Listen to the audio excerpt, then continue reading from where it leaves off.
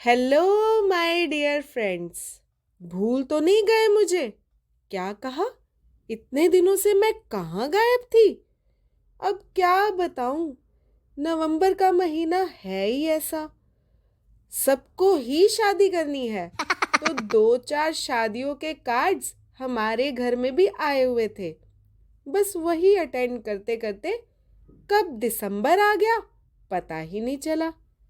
2024 तो खत्म होने वाला है, पर कहानियों का सिलसिला हम यूं ही जारी रखेंगे, आपकी one and only favourite writer के साथ।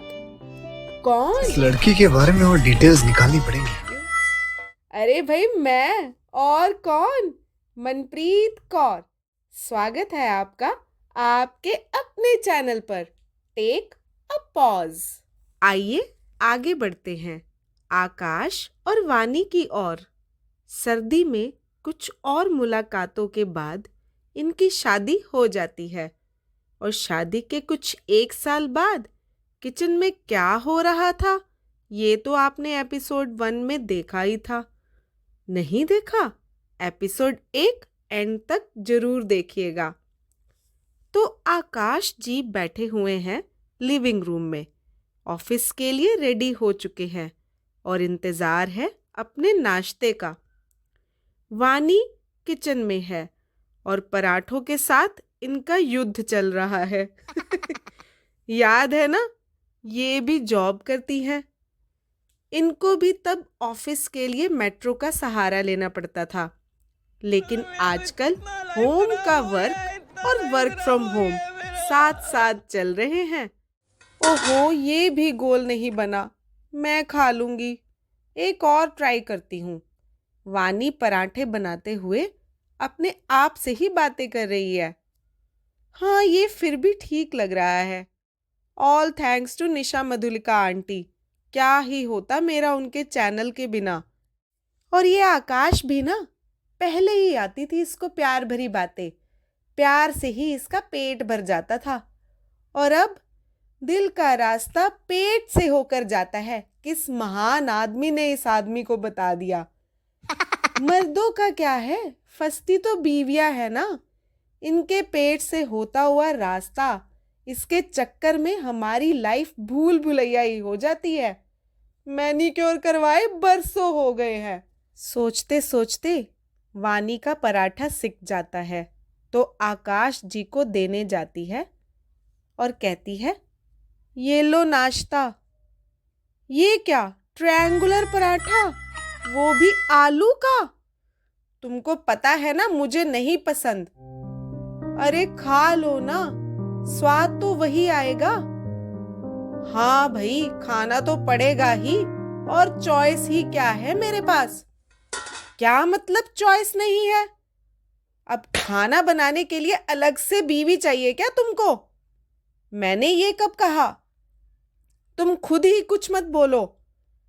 हाँ, मन में तो यही चलता होगा। अरे नहीं भाई, किसने कह दिया तुमसे? हाँ, यही बात है, मुझे पता है। शादी से पहले तो मैं भी हेल्प करूंगा किचन में, ये आता है वो बना दूंगा।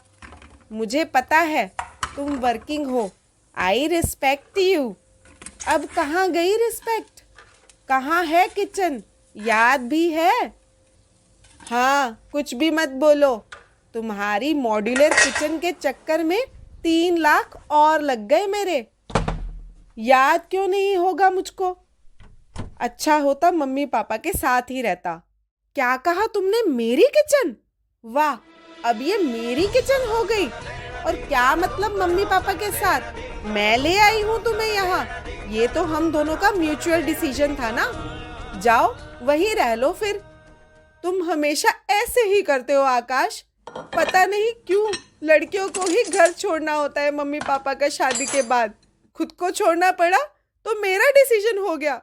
जाओ, मुझे तुमसे बात ही नहीं करनी है। रुला दिया ना बेचारी को।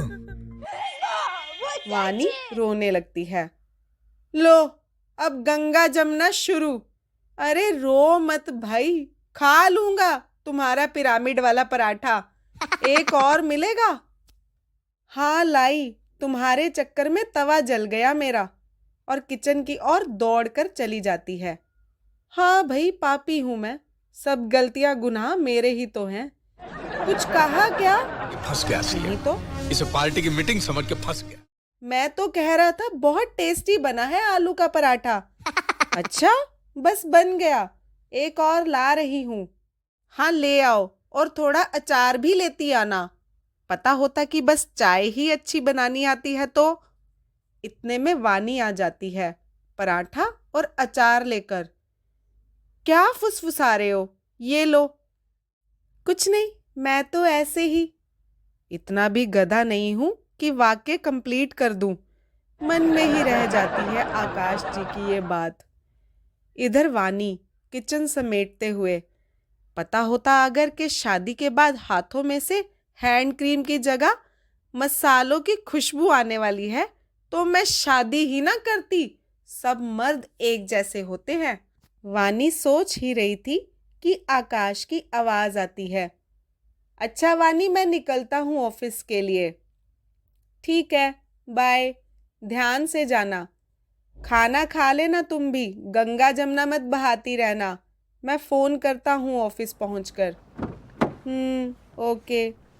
लो भाई, आकाश जी तो गए ऑफिस की ओर। वानी बैठ जाती है रिलैक्सिंग चेयर पर, नाश्ता और कॉफी लेकर। नाश्ता खत्म हुआ ही था कि फोन बजा। Hello, hi Meena, how are you? इतने दिनों बाद, कैसी है यार? मैं अच्छी हूँ, उधर से मीना की आवाज आती है। तू बता, कैसा चल रहा है? बस यार, चल रहा है ठीक ठाक। मेरा तो इतना लाइफ खराब हो गया है, इतना लाइफ खराब हो गया है मेरा। क्या हुआ? फिर से झगड़ा हुआ क्या? ऐसा ही समझो, छोटी छोटी बातों पर बहस हो जाती है। अरे यू शुड अवॉइड ना। कोशिश करती हूँ, पर फिर सोचती हूँ अगर जवाब ना दिया तो इसकी तो आदत ही बन जाएगी कंट्रोल करने की। चल यार, तू टेंशन मत ले, मीना ने कहा। जस्ट चिल, जब भी जरूरत हो फोन कर लिया कर। मैंने तो इसलिए फोन नहीं किया कि शादी नई नई है तो बिजी होगी मैडम। आज तेरी बहुत याद आ रही थी तो मैंने तुझे फोन कर लिया। अरे बहुत अच्छा किया जो फोन कर लिया तूने। मैं तो नई नई शादी की रिस्पॉन्सिबिलिटीज में इतना खो गई थी कि मुझे तो अब स्ट्रेस भी होने लगा है।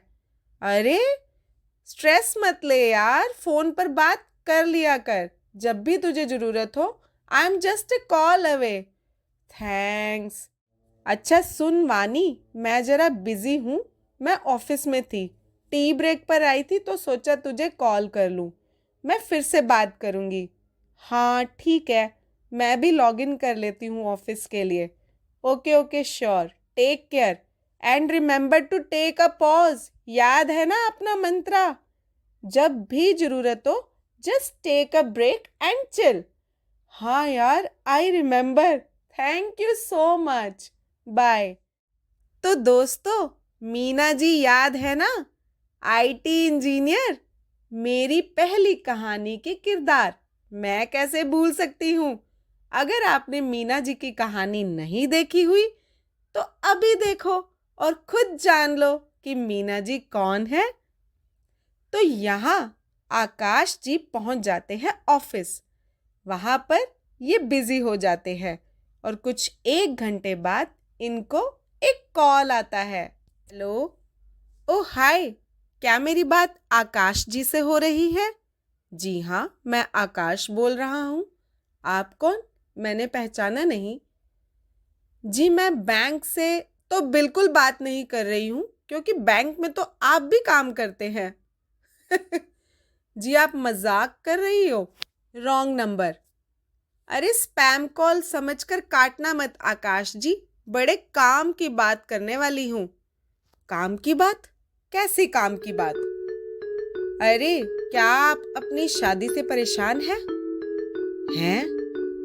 कौन बोल रहा है भाई? ये कैसी कॉल आई आकाश जी को? जानने के लिए देखिए एपिसोड 3 जल्द ही हमारे चैनल पर। Take a pause.